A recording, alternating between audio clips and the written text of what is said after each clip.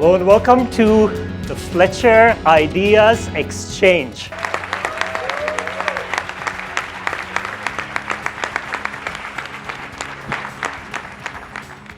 I'm taking my time with this because I'm just absorbing this moment. This is just so wonderful that all of you have come out here today to honor the subject that we are going to be talking about, and also the fact that this is public speaking and you see the value in it.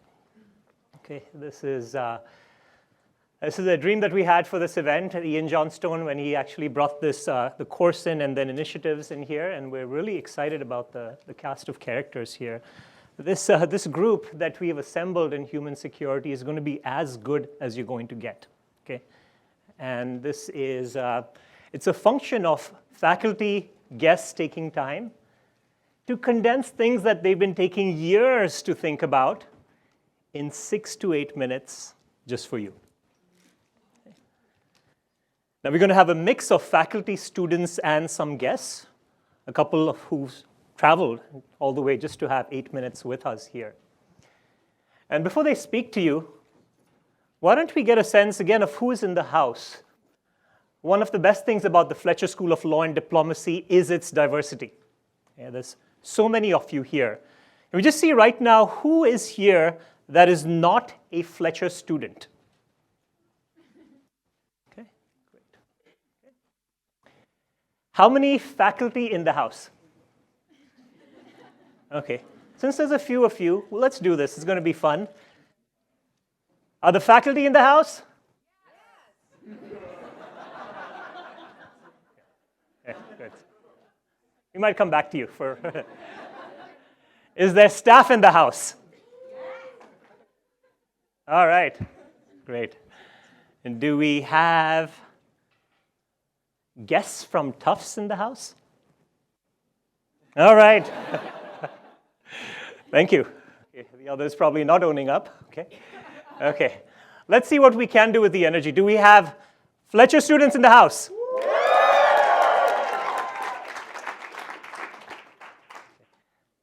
A little scared to do this. Do we have Harvard students in the house? I know that's two more. Welcome, JP. Do we have external guests not in any of these categories in the house? Yay, there we go. Okay. Excellent. Welcome. Okay. Just a little more on the international diversity here. Okay. Is the United States represented here? Okay. Now for the rest of the countries, in just a few seconds, let's just hear what, well, let me guess. Okay, let me start with one. Is India in the house? Pakistan. There we go. Okay. Is China here? Yay, good. Japan? Okay. Humbawa. Okay. Great. Let's see. Well, how about we have a shout out for what else is here? Mexico. Welcome. Lebanon. Wonderful. Palestine. Korea. Indonesia. Singapore. Syria. Where's Syria? Oh, there we go. All right, I know we have a few more. Any more countries in the house? Rwanda, France. Montenegro. Wow. Yes. Poland. Dobra. Welcome. Austria. Ecuador. Let me go to this side of the room and ask another question. Colombia. ¿Qué pasa? Okay. Let me go to this side of the room and ask the question, is Canada in the house? Yes. Okay. Canada is in the house. And is the arts of communication in the house? Thank you, folks. Really, it's heartwarming to see that we're going to have all these people about to speak to you on human security, peace building, and inclusion. And to define these terms before we get into the talks, we're going to have Eileen Babbitt come to stage. But before she comes to stage, I will say a couple of things about Professor Babbitt. Okay? Good things to start. She has been an institution here, an award-winning teacher in the field of international conflict management, the director of the Institute of Human Security. She has an affiliate position with Harvard and the law school, also in conflict management, right? And human rights champion. The list can go on. But Eileen, I will say just a couple of words for you since the time I've met you. She embodies what human security is about: kind, considerate, smart, and with a sense of humor. Okay. Now for Dr. Eileen Babbitt, how many students of Dr. Babbitt are in the house? Okay, good. Oh, there we go. Great. So here's a trivia question for you. Which of these statements are true about Eileen? 1, she dropped out of college and became a hippie. 2, she served as a veterinarian's assistant. 3, she was a semi-professional basketball player for 4 years. 4, all of the above. 5, none of the above. All of the above.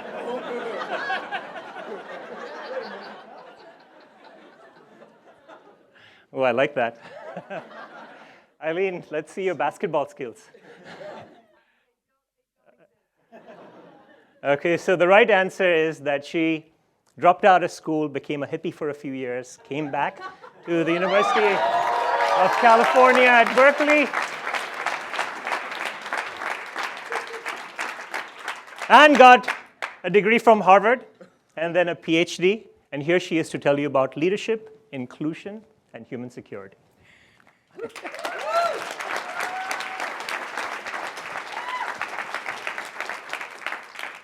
Thanks, honey. Okay, now you know my deepest, darkest secret. It's actually not so dark. So my role tonight is to kick off this discussion and to give you a little heads up about what some of the themes are that you're going to be hearing about tonight in the talks. And the themes are, the ones I want to highlight, are human security, legitimacy, and inclusion. So first, human security. It's the overarching theme for tonight. It's a phrase that has a lot of power and compellence to it, but you might say to yourself, well, what does it actually mean? The UN Development Program coined a definition back in 1994, and they drew on the poetic words of Franklin Roosevelt, calling human security freedom from want and freedom from fear. Very inspiring, still not very useful or practical. So I'd like to suggest that the core concern of human security is protection. Protection of individuals and communities from physical or psychological harm. But there's also a more extensive definition of human security, which is about promotion of resilience and well-being. So in conflict resolution parlance, which many of you know, human security is about both negative peace, which is the absence of violence, but also positive peace, societies and institutions that promote equity, dignity, and well-being. Here at Fletcher, we integrate these things by having human security draw on the fields of conflict resolution, human rights, humanitarian assistance, and development. So I'd like to then move on to the next related theme, which is the theme of legitimacy. And by legitimacy, I mean the perception of the people of a state that their government is legitimate. We're talking here about research that shows that in states that are perceived as legitimate, the regime is more resilient, internal conflicts decrease, and the state capacity grows. And in that context, human security can also increase. So we see the relationship between legitimacy and human security. So that means state legitimacy is a goal, is an outcome that we'd like to foster.